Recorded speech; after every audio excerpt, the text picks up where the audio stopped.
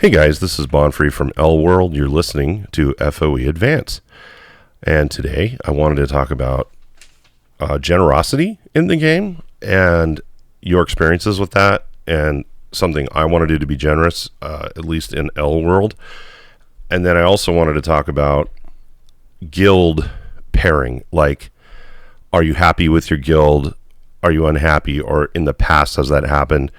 And then I basically, aside from asking the question, I'm going to describe some of the things that I've gone through in guilds over the years and what I look for now. So in terms of like curating or deciding in advance what I need from a guild and being honest with myself about that, and continuously kind of evaluating if I'm in the right place, because I don't jump guilds frequently. In fact, in my 10 years or so in the game, I've probably been at about 5 guilds. So I take, my guild membership with some weight, but I also realize other players play the game differently. They may change guilds every month or something. But in my case, I'm usually slow I've been slow in the past to make a change. In one case, I had a guild just completely blow up for a variety of reasons, and essentially, everybody got kicked by a hostile leader, and things like that happen, right? So anyway, I wasn't so much getting into some of the my goal is not to get into like airing dirty laundry or things like that. Just in terms of now, with the game having changed so much, what am I needing from a good guild? What am I willing to let slide in terms of what I need in a guild, and like which hills am I going to die on for my health as a player and the health of the guild? Because it should be a symbiotic relationship. It should be I'm here for my fellow members, not necessarily leadership or holding them higher, but being appreciative if they are quality leaders in what they are doing, because typically good leaders in this game spend a huge amount of time, especially if we're talking about a battleground fighting guild. It takes a village for sure. So and there's a lot that goes into that, as many of you probably are aware. So let's get back to a few things that I had on my little cheat sheet here. So, have you ever left the game and come back? In my case, I have not. I've not ever kind of like left. I've taken like a week or 2 or 3 break here and there, but I kind of feel like if I leave for too long, I won't come back. And that's just something I know about myself. So, they'll just share that. We'll talk about guild leadership a little bit, splits, guild splits, or, things that happen, cracks in the foundation, things like that.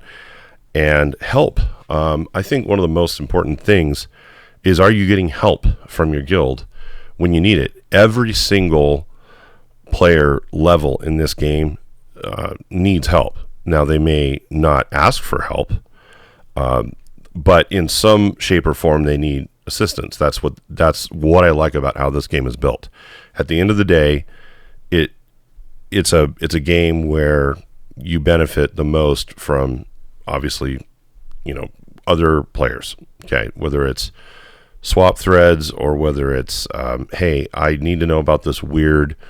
How do you get these cedar gardens and cider gardens? How do you get whatever it is? Because especially nowadays, the game is moving so fast that if you just kind of sleep through an event, I mean, you'll miss like a whole lineage of like almost this whole ecosystem of buildings and related fragments and things like that a year later you can be going, wait, what's an Aegean resort? Like I totally missed that or whatever. So I think now more than ever that you need to find the oracles that just seem to know things, like in your guild. I've had to really look a long time over the years to find go-to people in the game. I mean, people that I can message that we have a mutual relationship. I know they will get back to me, and I know the information they will give me will be reliable. I have 2 in this game, 2 players that fall into that category for me. And that's after playing as many years as I have. And that's, that's a pretty small ratio. So that's one thing. Is the guild helping you? Are you able to get low cost goods, for example? Okay, like, are you able to get unfair trades on a regular basis? Say you're in CE and you're like, hey, I really, really want to build, some SAT era GBs. Are you having to pay guild members for that? Or does the leadership of your guild make unfair trades, and maybe they do more of a, hey, we're going to, for the next 2 months, anybody that wants to drive in on these buildings, or say an OBS, hey, the higher level players volunteer. We're not going to command that you give them unfair trades at no cost for FP, but there's going to be at least a few who are like, yeah, I'll do that. And I actually do that for some of my friends in the game, people that reach out to me from the channel. In this case, I did mention earlier I was going to do something to be generous, and for the players in L World at least. I'm sorry I can't be generous to players in other worlds, because those are either diamond farms or this is where I hang my hat. So if you guys that are in L, the first 3 players that DM me and let me know they are interested in building any SAT GBs, or you need SAT goods to trade down, and as long as you're not in the SAT era, I will gladly give the first 3 that DM me unfair trades, no FP cost, and up to 2,000 of each good for SAT. So that means, in my case, you could give me 1,000 of whatever era below, I don't care what, and I'll give you 2,000 SAT goods in return. Just because I'm saying thanks. I appreciate you guys listening to the channel and the active commenting that's been going on, and just the community that we have here so far. So I appreciate that. Most of my comments, about 99% of my comments, are really thoughtful, and I do make some mistakes sometimes, and I like the fact that I get called out on that, but not in a really nasty way or anything, and that makes me feel great, about what I'm doing, because this isn't like, this is not a barn burning kind of income or anything. So just doing this for, a combination of catharsis and practicing really to set up other YouTube channels that are more based on my core stuff, my voice, helping people fall asleep, things like that. So I am working on some channels around that. So anyway, back to guilds. So when, like, right now, if you look at your guild, the relationship with your guild, is it healthy? I mean, are you happy? Overall, are you happy enough? Is the tenor, the tone of your guild leadership, does it bother you? Or you're like, yeah, this is the place? Like, something, honestly, I look for in a guild is that they're not super politically correct. I like guilds that joke around. They don't always use maybe super clean language, things like that. As long as it's within reason, right? And I always want a guild with a Discord server that has an active Discord community.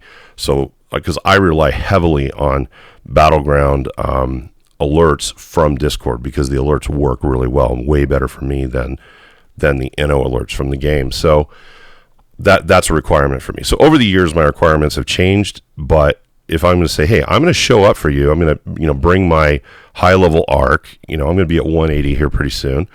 My level 80 obs, which will be higher after I'm done with my arc.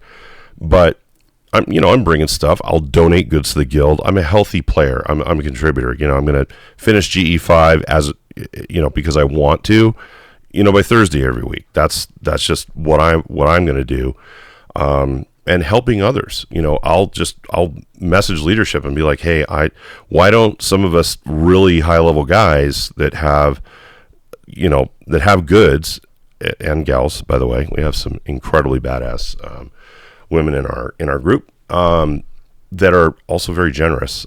Specifically, Snuffy. Man, Snuffy is like the most generous player in the game I've met. Like, she gives FP rewards. She'll be like, hey, the first 10 players that do this, I'm gonna put 5,000 FP on whatever building you have open. Like, she has these contests. And before I went to Revnex, I'd never experienced that. Like, I'd never experienced like this pure, she is part of leadership, but I mean, it's awesome, right? It was awesome to come to this guild and be like, wait a minute, they are really helping out their players, and I was in another guild for a season, and that was like 5 years ago, and they were like, hey, the founder was like, when you join, we will help you with your grade buildings. Like, I will make sure you get the blueprints you need, that we contribute extra forge points, and the founder would just throw FP on my stuff and wouldn't charge for higher level goods, things like that. So that really kind of spoke to me in terms of how I play the game, right? I'm not just looking to be only selfish, right? And speaking of that, on the flip side, I'm wondering if you guys out there, say you haven't been in the game as long, or just your style of play, your personality, have you asked for help? Have you reached out and actually asked for help? Because I've noticed, and this is really what prompted me to want to record this video, I've noticed that once in a while, I'll get a message from someone I don't know on the server, and they'll be like, hey, how much do you charge for, SAT goods? Or how much do you charge for this? And I'm like, well, interesting, because I don't get a ton of requests. But typically I'm like, look, I'm not really trying to make a profit on FP. I really just want to help other players improve their game, right? So I'll usually kind of ask them a question or two and be like, hey, well, what's your goal, or what are you needing? I will probably give you a really good deal. And in general, I do. I definitely do not charge the same kinds of things to sell FP. But what's interesting is the request in itself. I've never had anyone really in the game ever say, hey, would you be willing to help me with some unfair trades?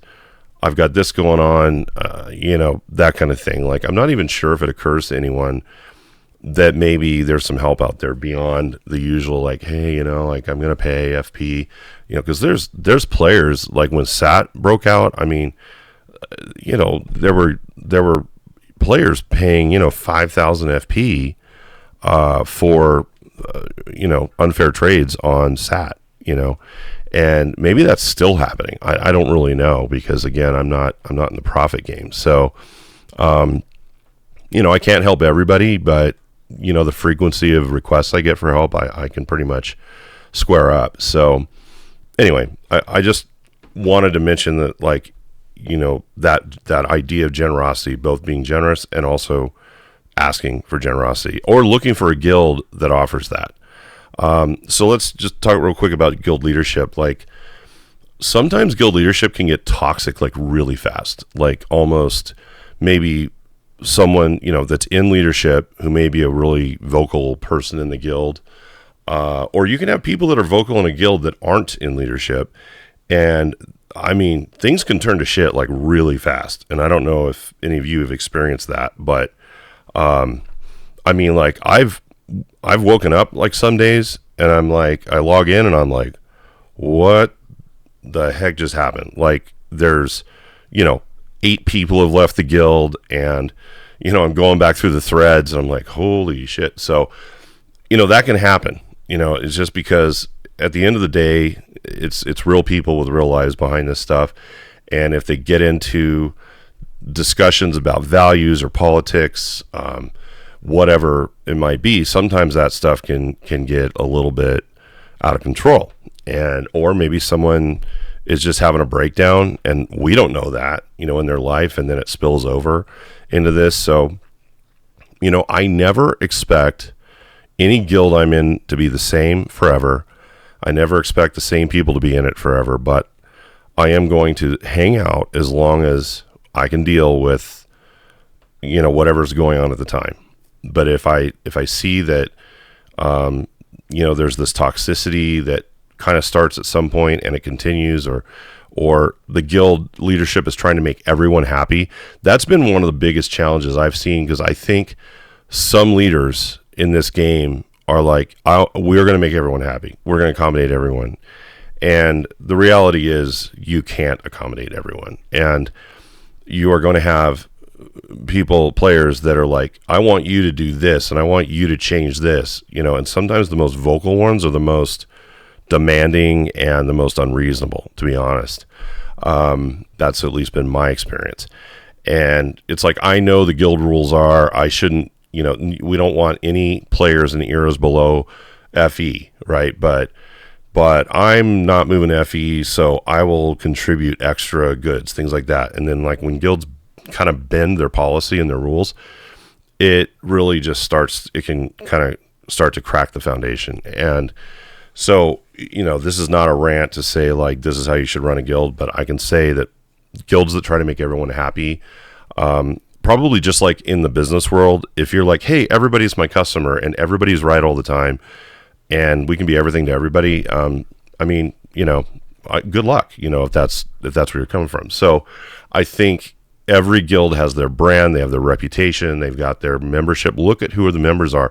And those players, if you've been in this game and you see there's certain players in that guild, you're like, if this guild is attracting and retaining those players that I've had experiences with, and I know at least 4 or 5 of these players are total dog shit people or dog shit players, then it may give me pause, right, to join a guild that I see that, right? Where conversely, if I see a large concentration of players I've known over the years that I've helped that player, he or she's helped me, and we've got, a good vibe, then I'm like, okay, like I can look really closely at that guild. So, anyway, those are just the things I'm looking for. That's my journey to some degree. And for those of you that made it this long in the video and have maybe been just staring at this somewhat static screen on this go around, you may notice that I have gotten rid of all my SOHs. If you watch my past videos, I've taken a lot of flack from commenters that maybe don't really watch a lot of my videos, and they just pop in and they're like, oh man, this guy's an amateur because he's got these buildings. I actually get comments like that. I'm just like, if you don't know why somebody's doing something, then maybe you want to ask instead of just being a jerk about it. But that's fine. I mean, that's just the world we're living in. It takes all kinds, I guess. I'm still sticking with my slave builders because I love them for the events, right? And for being able to complete my my time-based productions, and of course generation of free goods, which is why I can turn around and help people out in my world, because I overgenerate. I make tens and tens of thousands of goods on a weekly basis. So that's part of it, right? So the cider gardens have, of course, started to massively multiply because they keep going, and the more I was able to bring another vibrant autumn vineyard online, I probably plant a new vibrant one, which is obviously a lot of upgrades and fragments every maybe 5 months, or maybe 4 months. But now I have to actually do the math if anybody cares. But now that I have more of these, it's like the flywheel spins up, and now I'm going to get a new one. Every time it takes less and less the more of these I decide to build, right? The issue is it's going to get to the point where I'll have to make some decisions about the cider gardens, because I could literally foresee a day where my entire city could be filled with cider gardens, and that's probably not the way I want to play the game. But nonetheless, it shows me the value of having pressed in on a couple of those events last year that have really paid off, right? So cider gardens, feta farms. I did not go down the feta farm route. I did not go deep on the event last year with the Aegean Resort stuff, but I certainly did in this case, and here we go. So anyway, that was just a little bit about the city. I think it's almost time for a rebuild. I feel like I need to do that more often than I have in the past, and here we are. And now this new event, there's a golden Ori upgrade to some higher level. I haven't looked that closely, but I guess this is a celestial golden Ori. So, pretty cool. Like, it's got so much stuff, it's hard to even narrow it down. But I mean, that's cool. That was a building I was storing before. So I hope the event, by the way, is going okay for you guys. I mean, this part of the video won't age very well because, we're going to be long past it in future times. But anyway, I hope it's going well. I need to get on the stick and finish my two other settlement, well, more than two. I mean, I only have the Yggdrasil and the Shinto Temple, which now that these settlement reward buildings are actually worth something and actually totally badass, I want to spend the time on the settlements and get the other stuff, although I hate settlements. Like, I hate them. So, but now it's worth it. So, I guess go through the torture. So here we are. Anyway, thanks for watching, guys. And, hit me up on L if you're there. And appreciate those that have already reached out to me from finding these videos. And, take care. Thanks again.